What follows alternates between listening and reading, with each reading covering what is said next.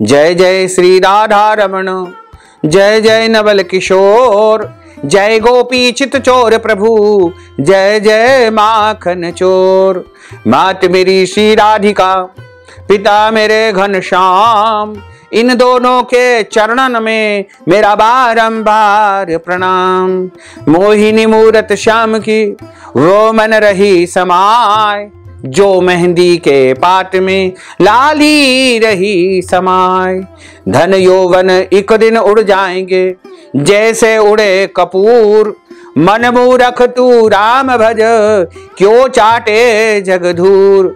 राम कृष्ण दो एक है अंतर नहीं निमेष, इनके नयन गंभीर है उनके चपल विशेष।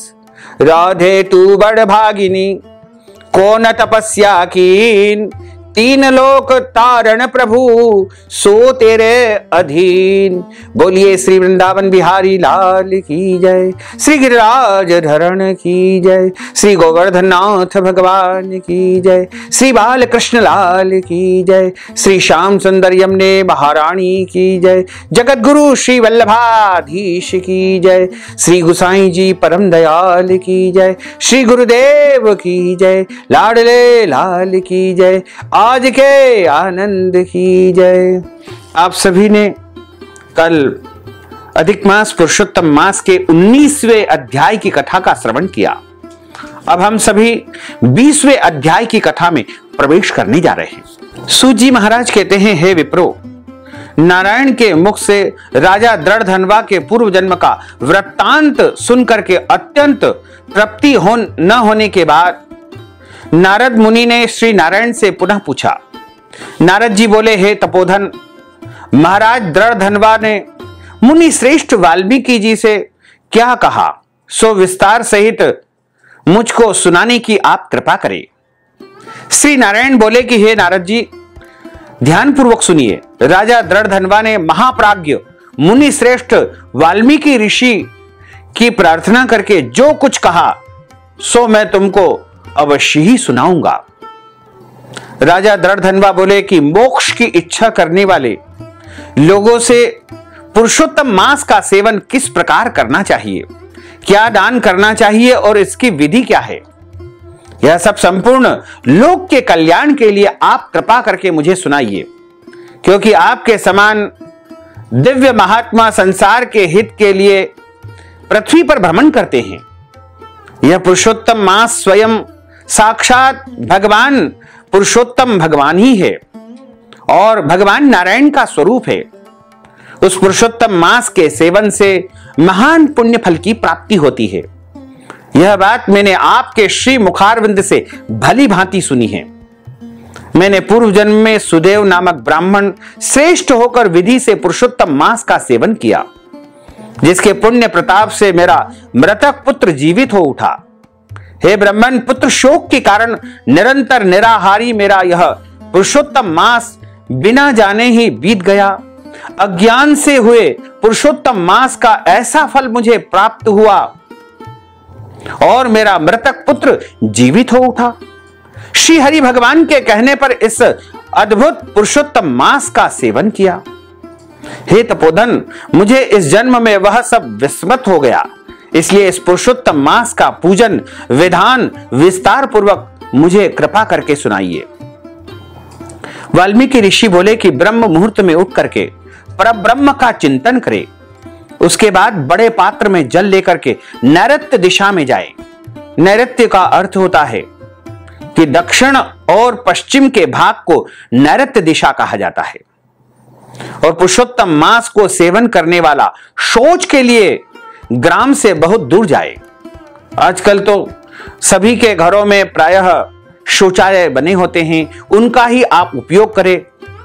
दिन में तथा संध्या में कान पर जनेऊ को रख करके, जो मनुष्य यज्ञोपवीत धारण करते हैं वो यज्ञोपवीत अपने कान पर रख करके उत्तराभिमुख होकर के पृथ्वी को तृण से आच्छादित करके वस्त्र से सिर को बांध करके और मुख को बंद करके अर्थात मौन होकर के बिना थूके बिना श्वास लिए मल मूत्र का त्याग करे। यदि रात्रि हो तो दक्षिण मुख होकर मल मूत्र का त्याग करे और मूत्रेंद्रियों को पकड़ करके उठे, शुद्ध मिट्टी को लेकर के आलस्य छोड़ करके दुर्गंध दूर करने के लिए मृत्तिका से शुद्धि करे और लिंग में 1 बार, गुदा में 5 बार, बाएं हाथ में 3 बार, दोनों हाथों में 10 बार मिट्टी लगावे, दोनों पैरों में 14 बार लगाए। यह गृहस्थाश्रमी को शौच का नियम कहा गया है। इस तरह शौचाचार करके मिट्टी और जल से पैर और हाथ धो करके अन्य कार्य करे। तीर्थ में कभी भी शौच न करे, तीर्थ में जल निकाल करके शौच करे। 2 हाथ जलवाएं गड़ई और को छोड़ करके यदि अद्भुत जल में अर्थात तीर्थ में शौच करे तो बाद में तीर्थ की शुद्धि करे, अन्यथा तीर्थ अशुद्ध हो जाता है। यानी जिस स्थान पर आपने यदि तीर्थ स्थान पर शौच किया है तो उसको जल छिड़क करके शुद्धि करना चाहिए। इस प्रकार पुरुषोत्तम का उत्तम व्रत करने वाला शौच कर्म करे। उसके बाद 16 बार कुल्ला करे अथवा 12 बार कुल्ला करे। मूत्र का त्याग करने के बाद 8 बार अथवा 4 बार कुल्ला करे। उठ करके प्रथम नेत्रों को धो डाले, दातुन करे और इस प्रकार अच्छी प्रकार दंत धावन करे। प्रार्थना करे, हे वनस्पते आयु, बल, यश, वर्च, प्रजा, पशु, वसु, ब्रह्म ज्ञान और मेधा मेरे लिए प्रदान करो। अपामार्ग अथवा बेर की 12 अंगुल की छेद रहित दातुन अंगुली के समान सोटी हो, जिसके पर्व के आधे भाग में कूची बनी हो, उस दातुन से मुख को शुद्ध करे। रविवार के दिन काष्ठ से दातुन करना मना किया गया है, इसलिए 12 कुल्ला से मुख शुद्धि करे। आचमन करके अच्छी तरह प्रातः काल में स्नान करे। स्नान के बाद उसी समय तीर्थ के देवताओं को तर्पण के द्वारा जल देवे और समुद्र में मिली हुई नदी में स्नान करना उत्तम कहा गया है। बावड़ी, कुआं, तालाब में स्नान करना विद्वानों ने मध्यम कहा है और गृहस्थ को घर में स्नान करना सामान्य कहा गया है। यदि आप किसी भी तीर्थ में पुण्य नदी में स्नान करने नहीं जा सकते हैं तो अपने घर में जो जल है उसमें ही तीर्थ का जल डाल करके उससे स्नान करें। स्नान करने के बाद शुद्ध और शुक्ल ऐसे 2 वस्त्र को धारण करें। ब्राह्मण कंधे पर रखे जाने वाले उत्तरीय वस्त्र या उपयोग करने वाले उप वस्त्र को सावधानी के साथ हमेशा धारण करें। पवित्र स्नान में पूर्व मुख अथवा उत्तर मुख होकर बैठे और शिखा बांध करके दोनों जांघों को अंदर करके हाथों को उन जांघों के बीच में रखे। कुश की पवित्री हाथ में धारण करके आचमन क्रिया को करे। ऐसा करने से पवित्री कभी भी अशुद्ध नहीं होती है, परंतु भोजन करने से पवित्री अशुद्ध हो जाती है। इसलिए जो पवित्री आप पैंती धारण करते हैं वो भोजन के बाद परित्याग करें और आचमन करने के बाद गोपी चंदन की मिट्टी से तिलक धारण करें। वह तिलक ऊर्ध्वपुंड हो, सीधा हो, सुंदर हो, दंड के आकार का हो, ऐसा तिलक धारण करें। ऊर्ध्वपुंड हो अथवा त्रिपुंड हो, उसके मध्य में छिद्र बनावे। ऊर्ध्वपुंड में लक्ष्मी के साथ हरि भगवान स्वयं निवास करते हैं। त्रिपुंड में माता पार्वती सहित साक्षात शंकर जी भगवान सर्वदा निवास करते हैं। बिना छिद्र का पुंड कुत्ते के पैर के समान विद्वानों ने कहा है। सफेद तिलक ज्ञान को देने वाला है। लाल तिलक मनुष्यों को वशीकरण करवाने वाला होता है। पीला तिलक सिद्धि को देने वाला होता है। इससे भिन्न तिलक को नहीं लगाना चाहिए। गोपी चंदन की मिट्टी से शंख, चक्र, गदा, पद्म आदि धारण करें। यह संपूर्ण पापों को नाश करने वाला और पूजा का अंग कहा गया है। जिसके शरीर में शंख, चक्रादि भगवान के आयुधों का चिन्ह देखने में आता है, उस मनुष्य को मनुष्य नहीं समझना, वह भगवान का शरीर है। जो शंख, चक्र आदि चिन्हों को नित्य धारण करता है, उस देही के पाप पुण्य रूप में परिवर्तित हो जाते हैं। नारायण के आयुधों से जिसका शरीर चिन्हित रहता है, उसका कोटि कोटि पाप होने पर भी यमराज उसका कुछ नहीं बिगाड़ पाते हैं। प्राणायाम करके संध्या वंदन करे। प्रातः काल की संध्या विधि पूर्वक नक्षत्र के रहने पर करे। जब तक तारों का दर्शन हो तब तक संध्या वंदन करना चाहिए। उत्तमो तारकोपेता, जब तारे दिखाई दे उस समय संध्या वंदन करना सबसे उत्तम कहा गया है। जब तक सूर्य नारायण का दर्शन न हो तब तक गायत्री मंत्र का जप करना चाहिए और सूर्योपस्थान के मंत्रों से उठ करके अंजकली बांध करके उपस्थान करे। सायंकाल के समय अपने पैर को पृथ्वी में करके नमस्कार करे। जो कमी रह गई हो उसको इस मंत्र से पूर्ण कर लेवे। यस्य स्मृत्या नमोक्त्या च तपो यज्ञ क्रियादिषु न्यूनम संपूर्णताम याति सद्यो वंदे तमुच्युतम। इस प्रकार इस मंत्र का जाप करने से जो भी पूजन पाठ या संध्या वंदन में कमी रह जाती है उसकी पूर्णता हो जाती है। जो ब्राह्मण, क्षत्रिय और वैश्य श्रद्धा के साथ संध्या करता है उसको तीनों लोक में कुछ भी दुष्प्राप्य नहीं है। दिन के आधि भाग यानी प्रातः काल में होने वाले कृत्य को संध्या आदि कहा गया है। इस प्रकार प्रातः काल की नित्य क्रिया को करके श्री हरि भगवान की पूजा करें। लीपे हुए, पोछा लगाए हुए या शुद्ध स्थान में नियमित रूप से स्थित होकर के मौन तथा पवित्र होकर के गोबर से गोल अथवा चौकोर मंडल को बना करके व्रत की सिद्धि के लिए चावलों से अष्टदल कमल बनाए। बाद में सुवर्ण, चांदी, तांबा अथवा मिट्टी का मजबूत और नवीन छिद्र रहित शुद्ध कलश को उस मंडल के ऊपर स्थापित करें और कलश में शुद्ध तीर्थों से लाए हुए कल्याणप्रद जल को भर करके कलश के मुख में श्री हरि विष्णु, कंठ में भगवान रुद्र की अच्छी प्रकार से स्थापना करके उनका आवाहन किया जाता है। उसके मूल भाग में श्री ब्रह्मा जी स्थित रहते हैं। मध्य भाग में मात्रगण कहे गए हैं। कोख में समस्त समुद्र और 7 द्वीप वाली वसुंधरा, ऋग्वेद, यजुर्वेद, सामवेद और अथर्ववेद, व्याकरण आदि अंगों के साथ सब कलश में स्थित हो। इस प्रकार कलश को स्थापित करके उसमें तीर्थों का आवाहन करें। श्री गंगा, श्री गोदावरी, श्री कावेरी और श्री सरस्वती मेरी शांति के लिए तथा पापों के नाश करने के लिए यहां पर पधारे। उनसे प्रार्थना करें। उसके बाद उस कलश का मंत्र पाठ पूर्वक गंध, अक्षत, नैवेद्य और उस काल में होने वाले पुष्प आदि उपचारों से पूजन करके उसके ऊपर पीले वस्त्र से लपेटा हुआ तांबे का पात्र स्थापित करें। उसे पूर्ण पात्र कहा जाता है। उस पात्र के ऊपर श्री राधा जी के साथ श्री हरि की मूर्ति को स्थापित करें। श्री राधा जी के सहित सुवर्ण के श्री पुरुषोत्तम भगवान की प्रतिमा बनावे और भक्ति में तत्पर होकर विधि के साथ उस प्रतिमा की पूजा करें। पुरुषोत्तम मास के पुरुषोत्तम भगवान देवता है। पुरुषोत्तम मास के आने पर उनकी पूजा करनी चाहिए।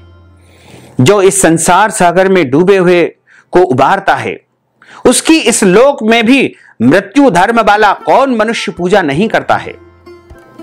ग्राम फिर मिल जाते हैं, धन फिर से मिल जाएगा, पुत्र फिर मिल जाते हैं, घर फिर से मिल जाएगा, शुभ अशुभ कर्म फिर मिलते हैं, परंतु शरीर फिर नहीं मिलता है। उस शरीर की रक्षा धर्म के लिए और धर्म की रक्षा ज्ञान के लिए हुआ करती है और ज्ञान से मोक्ष सुलभ हुआ करता है। इसलिए धर्म को हमेशा करना चाहिए। देह रूप वृक्ष का फल सनातन धर्म कहा गया है। जो शरीर धर्म से रहित है वह बांझ वृक्ष के समान निष्फल है। सहायता के लिए न माता कही गई है, न स्त्री पुत्र आदि कहे गए हैं, तथा न पिता, न सहोदर भाई, न भाई, न बंधु, न धन कहे गए हैं। केवल धर्म ही उसकी सहायता करता है। केवल धर्म ही उसका प्रधान कारण कहा गया है। वृद्धावस्था सिंघनी के समान भय देने वाली है और रोग शत्रु के समान पीड़ा देने वाले हैं। टूटे फूटे हुए बर्तन से जल गिरने के समान आयु प्रतिदिन क्षीण होती रहती है।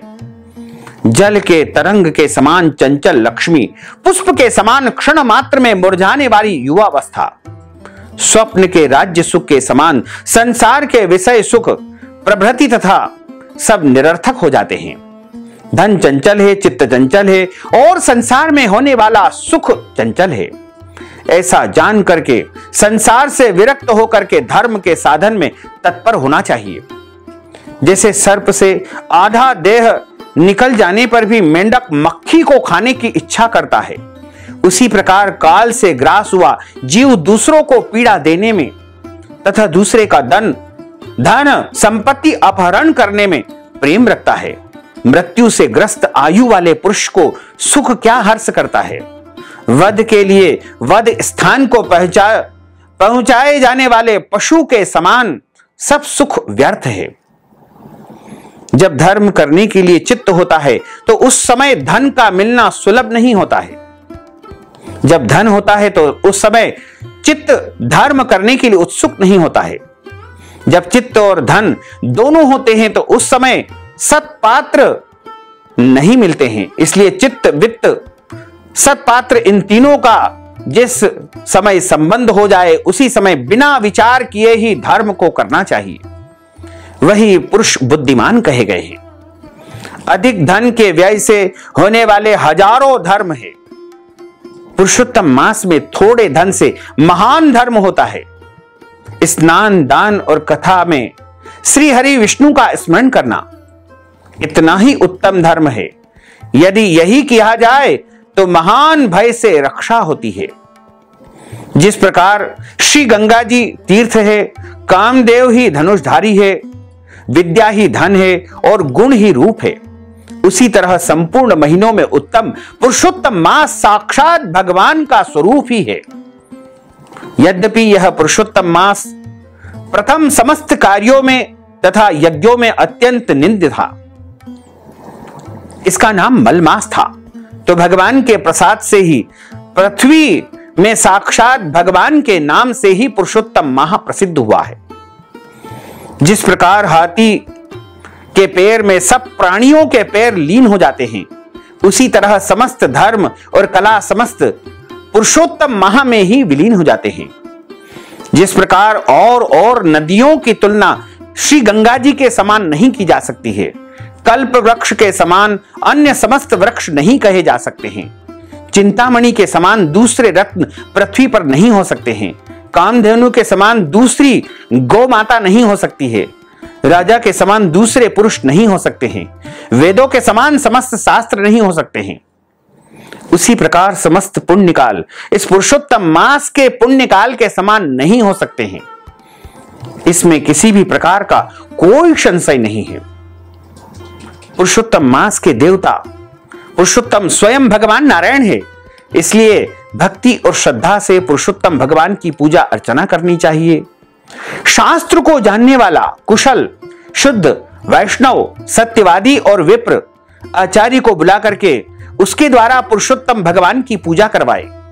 अंतःकरण में होने वाले मोह, काम, क्रोध, लोभ, मद, मात्सर्य आदि रूप बड़ी बड़ी मछलियों से पूर्ण अत्यंत गंभीर वेग वाले इस संसार रूप सागर को पार करने की इच्छा करता है। वह इस भारतवर्ष में आदि देवता पुरुषोत्तम भगवान का अच्छी प्रकार से पूजा अर्चना जरूर करे। तो सभी मनुष्यों को पुरुषोत्तम मास का सेवन करना चाहिए और अच्छी प्रकार से पुरुषोत्तम भगवान की पूजा करके दान पुण्य इस महीने जरूर करना चाहिए। इस प्रकार यहां पर अधिक मास पुरुषोत्तम मास के 20वें अध्याय की कथा का समापन होता है। श्री बृहन्नारदीय पुराणे पुरुषोत्तम मास महात्म्ये 20तमो अध्यायः श्री कृष्णार्पणमस्तु। बोलिए श्री कृष्णचंद्र भगवान की जय। अच्युतम केशवम राम नारायणम कृष्ण दामोदरम वासुदेवम हरे श्रीधरम माधवम गोपिका वल्लभम श्री जानकी नायकम श्री रामचंद्रम भजे जानकी मनोहरम सर्वलोक नायकम श्री शंकरादि सेवितम पुण्य नाम कीर्तनम श्री राम राम राम राम राम नाम तायकम राम कृष्ण वासुदेवा भक्ति मुक्तिदायकम राम कृष्ण वासुदेवा भक्ति मुक्तिदायकम राम कृष्ण वासुदेवा भक्ति मुक्तिदायकम। बोलिए श्री कृष्णचंद्र भगवान की जय। श्री लक्ष्मी नारायण भगवान की जय। गोपाल कृष्ण भगवान की जय। श्री गोवर्धन नाथ भगवान की जय।